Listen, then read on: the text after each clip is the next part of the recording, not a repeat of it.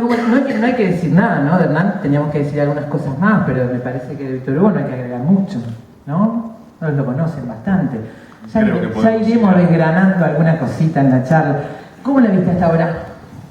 ¿Cómo la viste hasta ahora? Muy emocionado. Es como una manera de instalar algo que siempre he pensado que tiene el fútbol, que es la poesía, y que ha sido dignificada por la continuidad, porque lo que ustedes mencionaban de Alberti, Miguel Hernández, han sido excepciones a lo largo de la historia. Parecía que la gente de la literatura no se animaba al fútbol, esa cosa tan popular parecía que de alguna manera no es que no se mereciera, pero quizás no le daba al escritor, al hombre de élite, el brillo que siempre se busca detrás de la prosa o de la poesía. Y han aparecido en los últimos 20 años, particularmente, muchísimos escritores de cuentos de fútbol. Aquí mencionaban recién a Eduardo Sacheri, que es el hombre que escribió El secreto de sus ojos. Eduardo Sacheri empieza en la literatura, comienza a destacarse, su nombre se conoce gracias a que le envía un cuento a Alejandro Apo, un formidable lector de cuentos, además de gran periodista deportivo. Le envía el cuento a ese programa que hacía todas las tardes Alejandro, y Alejandro empieza a leerlo. Como si el cuento me van a disculpar. Me van a tener que disculpar. Me van a tener que disculpar. Y en ancas de lo que significó para él el reconocimiento del público, y ya no solamente del futbolero, comienza a crecer la vida literaria de Eduardo Sacheri, hasta consagrarse con lo que ha significado El secreto de sus ojos. Y los que lo vi a Apo hace poco en Pura Química contar que Sacheri le decía, tenés que publicar, y le decía, pero no conozco ningún editor. Bueno, yo te presento uno. Y surge un escritor del tamaño de Sacheri, que no tenía un editor antes de... Sí, bendito sea el fútbol, sí ha permitido eso. Pero ahora proliferan los cuentos. Yo tengo la certeza de que hay cientos, de los buenos, de los malos, de los regulares, de los muy buenos escritores, hay ya muchísimos. Ustedes mencionaron a Osvaldo Soriano, al negro Fontana Rosa, por ejemplo, al negro Dolina, que ha dicho cosas extraordinariamente emocionantes. Fontana Rosa ahora, quizás por culpa de haber escrito tantos cuentos de fútbol, todavía no tiene el reconocimiento de un gran literato. Para mí la literatura de Fontana Rosa excede la idea de que escribe lindos cuentos de fútbol. Hay mucha literatura en lo que él hace. Lo que pasa es que el humor siempre estuvo como devaluado también en la literatura, exacto, ¿no? Lo que decía. Pero vos hablabas de literatura como con cierta distancia, siendo que vos has escrito mucho también, y has escrito mucho sobre el fútbol y has escrito algo que no tiene que ver con el fútbol. ¿Tu verdadera vocación o la vocación secreta es la literatura? Creo que en algún momento uno sabe que tiene los plazos vencidos para intentarlo. Hay una canción de Hugo Fernández Panconi, un cantor amigo, que justamente habla de los plazos vencidos cuando uno empieza a darse cuenta de que hay cosas que ya no va a poder hacer. Empieza diciendo, ya sé que no voy a jugar en la primera de Boca. Que es una cuestión muy amarga. Cualquiera de los que aquí nacieron en el Uruguay soñaron con ponerse alguna de las camisetas de los clubes queridos, y hasta los 13, 14 años que uno más o menos la mueve en el potrero tiene la ilusión de que lo descubran. Pero cuando llegás a los 16, a los 17 y no estás ni en la quinta ni en la cuarta, te das cuenta que esa ilusión de subir los escalones desde el vestuario hacia el Estadio Centenario y abrirte a un domingo a pleno sol a las 4 de la tarde ya no se va a cumplir. Ese sueño no va a caminar, no va a prosperar. Y detrás de esto va mi recuerdo de una lectura de García Márquez, que ahora no me cae tan bien como en aquella primera época de lector, pero yo leí Los jefes y los cachorros cuando siendo muy joven, y Los jefes y los cachorros, que es un grupo de cuentos que hizo Vargas Llosa. ¿Yo dije García Márquez? Vargas Llosa, Vargas Llosa. Retiro todo. Yo te iba a preguntar por qué no te caía bien García Márquez. Los jefes y los cachorros de Vargas Llosa fue un cuento que yo sabía que él escribió en el año 56, creo que él es del 38. Entonces aquí cuenta que había escrito joven, muy joven, algo genial a lo que jamás yo podría aspirar. Y en consecuencia me di cuenta que no iba, pero porque todos hemos soñado ser futbolistas, ser historia. En realidad lo que no soñamos o lo que no queremos aceptar es que vamos a tener que trabajar. Ahora, vos sos un hombre que ha conciliado el fútbol con muchísimas cosas que tienen que ver con el resto del arte, digamos, con la ópera, no solo la literatura, la ópera. Sos un devorador de libros de Sándor Márai, por ejemplo. Es decir, has logrado conciliar el fútbol. ¿Cómo le haces lugar en tu vida, siendo que el fútbol ocupa tanto en tu vida justamente para meter todo lo otro, para escaparte a Nueva York a ver una ópera?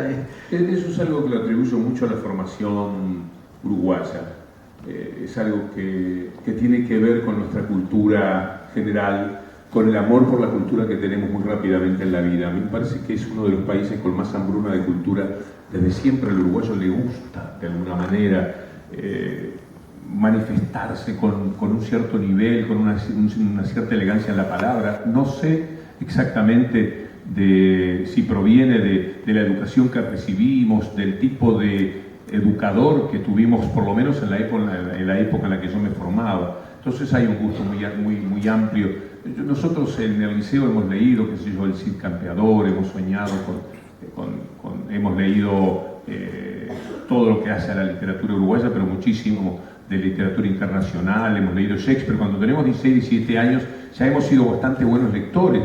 Yo supongo que eso empuja de alguna manera a una curiosidad muy vasta, en la cual el mundo de las artes, que por otra parte en este país es uno de los milagros, siempre hablamos del fútbol uruguayo como milagro, hay muchas otras cosas, por ejemplo la pintura, la propia literatura de Uruguay son milagros excepcionales que tienen que ver con el empuje de una cultura casi misteriosa, porque somos pocos, porque somos más bien pobres en líneas generales. Sin embargo, quizás justamente por eso yo siempre sitúo a José Pedro Varela, a Artigas y a Obdulio Varela como una especie de línea media histórica para mí en cuanto a la formación de la identidad del uruguayo. Creo que José Pedro Varela es un hombre absolutamente fundamental en nuestra formación. Lo considero un héroe de la identidad uruguaya, porque me parece que su idea del tipo de escuela que nosotros tuvimos y disfrutamos nos hizo muchísimo bien. Y cualquier cosa que venga del amor a la cultura me parece que viene de la escuela y del secundario. Hablaste de la pintura y quisiste hacerle un lugarcito a la pintura uruguaya en Argentina. En algún momento tuviste una galería de arte.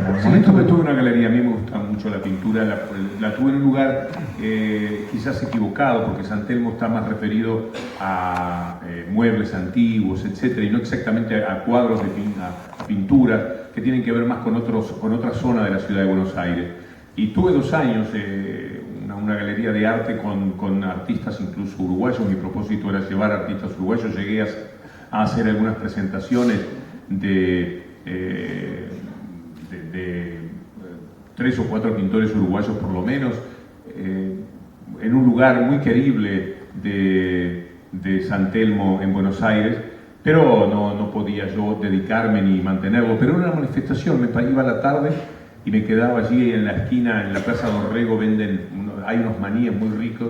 Me llevaba los bolsillos llenos de maníes y me sentaba en la galería a mirar los cuadros y a regodearme con eso. Sí, hay desde siempre, por eso también tan particularmente misterioso de los pintores uruguayos, que a mí me parece que son un ejemplo cabal de que somos un milagro. Víctor Hugo, yo te quiero llevar a la cancha de nuevo. El fútbol, me parece a mí, modestamente, nos da muchas ocasiones de justicia poética. ¿Cuántas veces hay un penal mal cobrado que termina con pelota en el palo? Un penal injustamente cobrado que termina con una pelota en el palo. Este no es exactamente el caso, pero me parece que para muchos de nosotros puede ser un ejemplo de la justicia poética. Si lo torcemos un poquito, ¿no? Un ejemplo de justicia poética en la cancha. Lo tenemos que ver ahí. A ver qué te parece y decime si te parece esto justicia poética. Vendrá el envío al área, atención, ojo, el cabezazo, Muslera. Se trancó el video, pero no pasa nada. Gavita lo va a resolver seguramente. Se lo trancó. A ver, ya viste más o menos de qué se trata, ¿no? Todavía no identificaste. El relato es de Alejandro Figueredo. Aprovecho para agradecer a la gente de Canal 12, Antonio Ladra, y a la gente de Tele 12 que nos prestó imágenes que ellos tenían sobre el Mundial.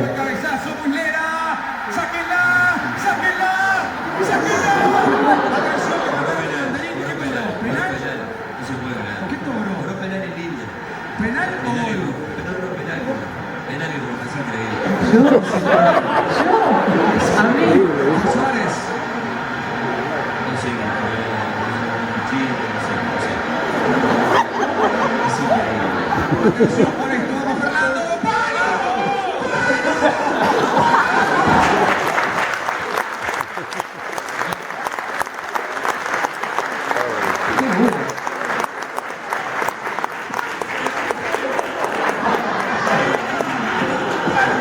Esto me gusta mucho, esto me gusta, esto. Y esto ni que hablar.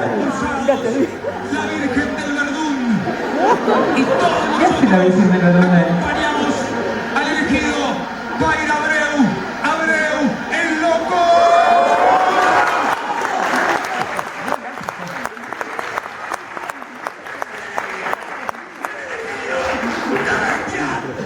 No se puede creer lo que tuvo ese partido, todo tuvo ese partido, ¿no? Libretado Eso no es justicia por política. Hollywood, en realidad. Totalmente, totalmente. No puede corresponderse con la realidad, es de ficción. Increíble. Yo estaba mirándolo en un bar en Sudáfrica, en una pantalla gigante, rodeado de gente de todos los países, de todo el mundo, y no había quien acreditase que esto Increíble. había ocurrido de verdad. Los pobres daneses. Esto es como cuando cayeron las Torres Gemelas, todos sabíamos dónde estábamos exactamente Sí. en ese momento, ¿no? Yo sé que estaba llorando, afuera en el patio de la casa de mi hermano, desde donde se veía el televisor adentro, pero yo no podía estar adentro, y lloraba, y cuando la pelota pegó en el palo, yo no vi que había pegado en el palo, pensé que le había atajado Muslera, y gritaba, Muslera, te quiero. Y mi hermano me decía, pegó en el palo, y yo dije, no me importa. Y llorábamos todos. La mirada de Muslera fue importante. Claro, seguro. Consideremos esa Seguro, posibilidad. seguro. Al punto, ¿esto es justicia poética? Depende de qué lado Del lado igual, el claro. dolor y de la alegría está. También es una injusticia feroz contra cómo se dieron las cosas para el equipo africano, ¿no? Seguro, seguramente. Para nosotros, ¿qué es esa cosa de que nos cobraron un penal y bueno, y pegó en el palo? Ya está. Es justicia poética de todas maneras con el resurgimiento que ha significado este tiempo del fútbol uruguayo.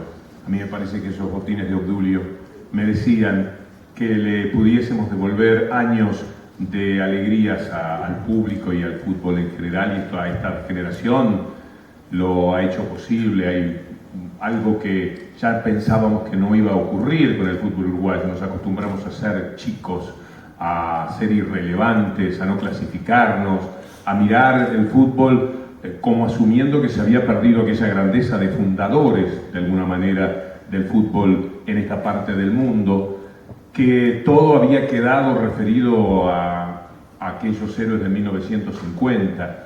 Ni siquiera el triunfo del Mundialito pudo equipararse o puede equipararse con lo que ahora se ha conseguido, porque tenía el aspecto de ser un triunfo de local, aquello tan lindo de ganarle a Brasil e impedir que cambiase la historia, que yo creo que tiene mucha valoración.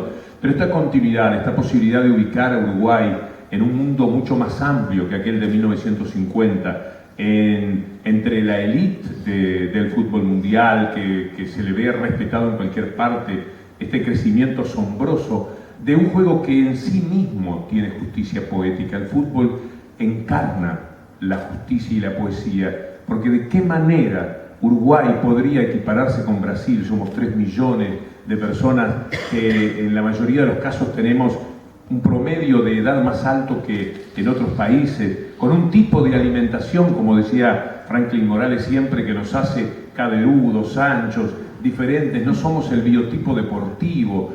Contra Brasil, más de 200 millones de personas, de los cuales la mitad tienen menos de 20 años, con sus playas, con su fibra, con esos físicos que parecen hechos para jugar al fútbol, y vos jugás contra ellos y le ganamos 1-0, perdemos 1-0, empatamos 2-2. ¿Cómo puede ser que el Uruguay pueda ser igual que el Brasil? Bueno, solamente lo consigue el fútbol, solamente, porque no hay ningún otro deporte. El resto de los deportes tienen otra lógica. El fútbol, con ese canto de alguna forma solidario que conlleva, permite que ese ejercicio de solidaridad equilibre las posibilidades. Y entonces hay una poesía maravillosa detrás del hecho de que Uruguay, con sus 3 millones de habitantes, pueda ser en ese momento, en esa cancha, y 11 contra 11, igual que Brasil. Te escuchaba con mucha atención la primera parte, lo que pasó después de Maracaná, que es la época en que yo crecí. Parecías mi psicólogo explicándome y tratando de justificar porque a mí no me gustaba el fútbol, ¿no? Ese momento tan oscuro, digamos. Sí, feo. Ni que hablar, que uno podría quedarse muchísimo tiempo reflexionando sobre lo que pasaba ahora con la celeste del maestro Tavares, ¿no? Y con esta cosa de que a los uruguayos nos empieza a hacer sentir bien el juego en la cancha, más allá del resultado, aunque obviamente queremos ganar. Yo siempre recuerdo, en una encuesta que se hizo en esos días aquí en Uruguay, el partido que a la gente más le había gustado, cómo había jugado Uruguay, fue el partido contra Alemania, que en definitiva perdimos, o sea, quedamos para atrás. Entonces, eso me gusta mucho, me parece muy valioso de lo que ha logrado sí, yo tengo la uno selección de contra Tavares. Brasil, que tampoco fue victoria, es aquel que nos empataron en la hora en el primer tiempo, Sí. Por la Pero selección. yo te hablo del Mundial de Sudáfrica. Ah, sí, sí. De todos los partidos que jugó la selección, que todos nos hicieron vibrar muchísimo, Sí, la porque gente había elegido el partido contra Alemania. Lo interesante es que este seleccionado además ha jugado un fútbol mucho más ofensivo y más abierto. Yo me pasé mi tiempo de relator en Uruguay, que no fueron tantos años finalmente, viendo equipos que muchas veces ni cruzaban la mitad de la cancha. En líneas generales era un equipo bien plantado, defensivo, que de vez en cuando mandaba un contraataque y por ahí podía meter algún gol. Pero no era este equipo de anticipo, de velocidad, a veces hasta de preciosismo. De todas maneras hay que ser prevenidos, esto no va a durar siempre, esto va a tener un tránsito negativo en determinado momento y habrá que ser justo y considerado, porque las grandes selecciones se arman desde la suerte de tener al mismo tiempo 4 o 5 grandes jugadores y un resto que acompañe con decoro. Los 4 o 5 no nacen generalmente juntos, nacía uno en los 70, otro en los 80, otro en los 90, ahora este 2000, nacer futbolísticamente, quiero decir, nos ha dado 4 o 5 jugadores al mismo tiempo que son absolutamente vanguardia en cualquier parte del mundo y eso no va a repetirse tan fácilmente como nosotros podemos pensar ahora. Así que justicia poética será que si en algún momento nos ponen en nuestro más pequeño lugar, lo entendamos hasta que florezcan de nuevo estos milagros que en tantos órdenes el Uruguay se permite. Ahora vamos a volver a la poesía, al arte vinculado al fútbol, pero desde la cancha, desde alguien que pone arte en la cancha y alguien que pone arte en la poesía y en la voz. Vamos a volver a la pantalla para que nos digas a qué te suena y qué te provoca esto que vamos a ver y escuchar.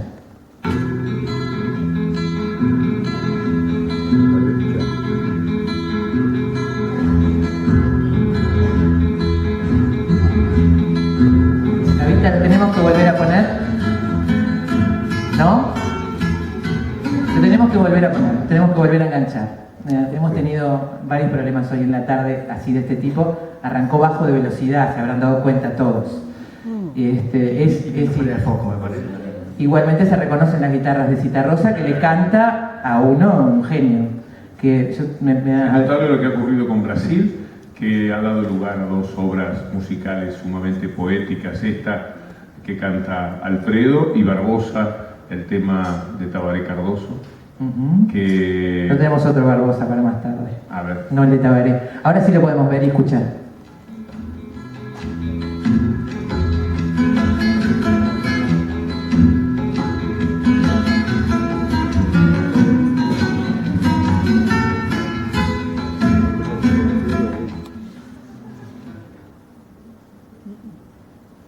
Ese señor es Garrincha, ¿no?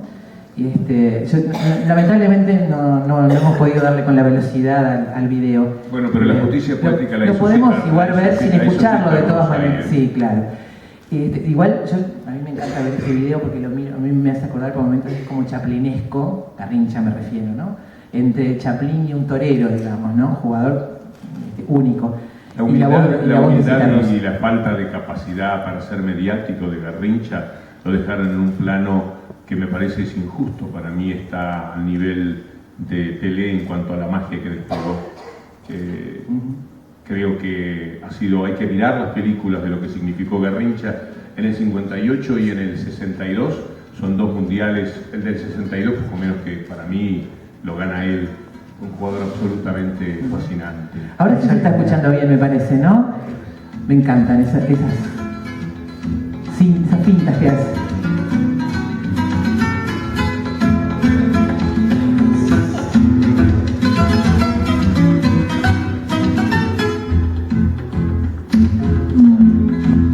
Lo lleva atado al pie como una nadada al flanco de un jinete. Lo juega sin saber que juega el sentimiento de una muchedumbre. Y le pega tan suave, tan corto, tan bello. El balón es palomo de comba en el vuelo. Y lo toca tan justo, tan leve, tan quedo, que lo limpia de barro y lo cuelga del cielo. Y se estremece la gente y lo ovaciona la gente.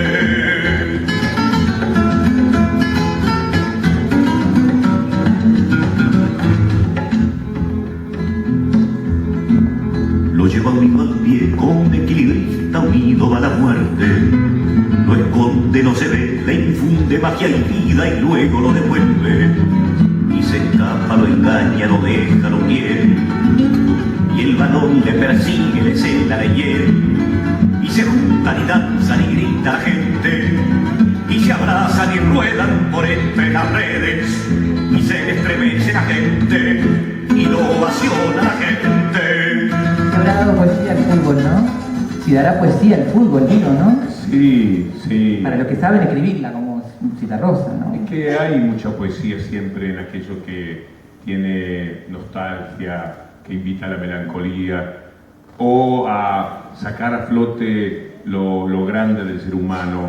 Aquella frase de Solé en el año 54, el león herido sacude la melena al viento. ¿Conocés esa historia, Daina? Decir, me suena la frase. Bueno, Uruguay va perdiendo 2-0 y con 2 goles de Hover empata el partido y Solé dice por allí esa frase, el león herido sacude la melena al viento. Imagínate el valor que tenía para el que estaba escuchando acá. Yo ese partido lo escuché en aquellas radios enormes, en mi escuela 93 de Florencio Sánchez, todos los muchachos y los maestros rodeando la radio. Era algo absolutamente épico, como todas aquellas cosas que tenían además el valor espléndido de la leyenda, y había sin ningún tipo de dudas muchísima poesía. En cualquier recordación, a veces ni siquiera las palabras necesariamente tienen que ser poéticas, pero aluden a algo poético. Yo siempre celebro una frase del Mundialito cuando, no me acuerdo exactamente cómo fue que dije, pero quédate tranquilo, Obdulio, que los pibes no te van a cambiar la historia, no van a permitir que te cambie la historia. Y yo creo que había allí un grito muy fuerte, nostálgico y melancólico de lo que habíamos temido tanto en esos días de la final del Mundialito, de que Brasil, 30 años después del 50, viniese en el propio Estadio Centenario y se tomase revancha del triunfo de Maracaná.